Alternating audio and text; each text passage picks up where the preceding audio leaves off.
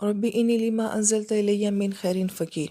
یہ ساری سچویشن جو اللہ تعالیٰ ہمیں قرآن پاک میں سنا رہے ہیں کہ دو لڑکیاں پانی کے گھاٹ پہ کھڑی ہیں اور اس بات کی منتظر ہیں کہ سب لوگ فارغ ہو جائیں تو ہم لوگ اپنے جانوروں کو پانی پلائیں گے۔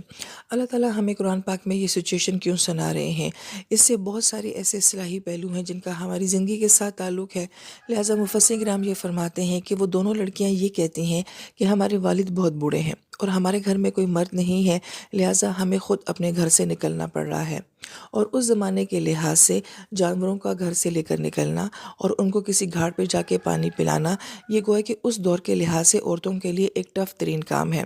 مفسرین کرام یہ فرماتے ہیں کہ اگر عورتوں کی زندگی میں کبھی ایسی مجبوری آ جائے کہ ان کو خود گھر سے باہر نکلنا پڑے اور پھر پبلک پلیس کو جو ہے وہ فیس کرنا پڑے، جیسے کہ پانی کے گھاٹ میں جو ہے وہ ہر طرح کا بندہ کھڑا ہوتا ہے، تو بچیوں میں اتنا کانفیڈنس ہونا چاہیے، اتنا اعتماد ہونا چاہیے کہ وہ سوسائٹی کو فیس کر سکیں۔ لہٰذا بچیاں اپنے گھر سے نکلی ہیں اور جانوروں کو پانی پلانے کے لیے نکلی ہیں،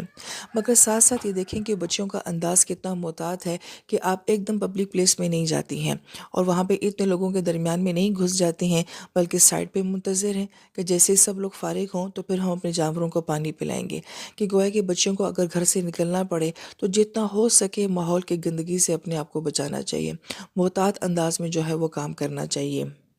اور پھر یہ کام آسان نہیں ہے کہ اتنے لوگوں میں جو ہے اپنے جانوروں کو ڈیلی بیس کے اوپر جو ہے وہ پلانا اور پھر وہاں سے لے کر آنا، تو گویا کہ بعض اوقات زندگی میں آپ کو مشکل حالات کو جو ہے وہ فیس کرنا پڑتا ہے۔ لہٰذا یہ دونوں لڑکیاں یہ نہیں کہتی کہ ہم یہ کام نہیں کر سکیں گی یا ہم یہ نہیں کر پا رہی ہیں، بلکہ وہ جو ہے اپنی سچویشن کو فیس کرتی ہیں اور یہ سارا کام کرتی ہیں، مگر کام کرنے کی ترتیب ہے اور کام کرنے کا انداز جو ہے وہ بہت ہی باوقار اور باحیا انداز ہے۔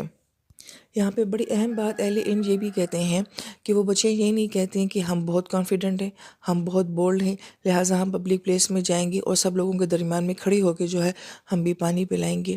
یہاں پہ آج کے دور کے لحاظ سے اگر اس ساری سچویشن کو کمپیئر کیا جائے تو الحمدللہ ہماری بچیاں جو ہوتی ہیں بولڈ بھی ہوتی ہیں، گھر سے باہر بھی نکلتی ہیں، بہت مشکل کام بھی کرتی ہیں، مگر اوور کانفیڈنٹ ہونا یہ کوئی اچھی بات نہیں ہے کہ وہ کہیں کہ ہم ہر کام کر سکتی ہیں، ہم ہر طرح کے ماحول میں چلی جائیں گی۔ یہ اس گویا کے دعا کا بڑا خوبصورت نقطہ یہ ہے، کام مشکل ہے، پبلک پلیس میں جانا ہے، لوگوں کو فیس کرنا ہے، مجبوری بھی ہے، مگر اس کے بعد بھی جو ہے وہ لوگوں کے درمیان میں جو جا کے اپنے جانوروں کو پانی نہیں پلا رہی ہیں۔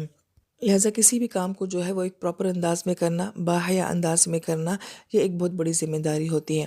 حضرت خدیجہ رضی اللہ عنہا کو ہم یہ دیکھتے ہیں کہ آپ انٹرنیشنل لیول کی جو ہے وہ تجارت کرتے ہیں، آپ کا سامان اس دور میں جو ہے آپ کے اپنے ملک سے باہر جاتا ہے، مگر اس کے لیے آپ نے ایک غلام رکھا ہوا ہے میسرا، وہ جاتا ہے، وہ مردوں کے ساتھ ڈیل کرتا ہے اور پھر وہ ساری کاروبار کی رپورٹ آ کے آپ کو دیتا ہے اور آپ کا بزنس بہت اچھا چلتا ہے۔ گویا کہ وہاں پہ بھی ہم یہ دیکھتے ہیں کہ حضرت خدیجہ رضی اللہ عنہا جو ہیں وہ ڈائریکٹ جو ہے وہ مردوں کے ساتھ جو ہے وہ انوالو نہیں ہوتی ہیں، جتنا ہو سکے اپنے آپ کو بچانا چاہیے، اپنے آپ کو سائڈ پہ رکھنا چاہیے۔ پھر جب میسرہ آ کے حضرت خدیجہ سے فرماتے ہیں کہ میں نے ایک شخص کو دیکھا ہے، وہ بہت ایماندار ہے اور اس نے بہت نفع کمایا ہے، تو پھر حضرت خدیجہ رضی اللہ عنہا جو ہیں وہ نبی علیہ السلام سے ملاقات کرتی ہیں۔ جب آپ کو پتہ چل گیا کہ اچھا بندہ ہے، کریکٹر کا اچھا انسان ہے اور نبی علیہ السلام جیسی مبارک ہستی ہے، یہ تو ہم جانتے ہیں کہ وہ نبی ہیں، اس وقت وہ ایک عام مرد تھے ان کے لیے، لیکن پھر جا کے وہ ان سے ملاقات کرتی ہیں۔ تو گویا کہ باہر کی زندگی میں کام کرنا، مگر بڑے محتاط انداز کے ساتھ، سلیکٹو لوگوں کے ساتھ اچھے انداز سے کام کرنا،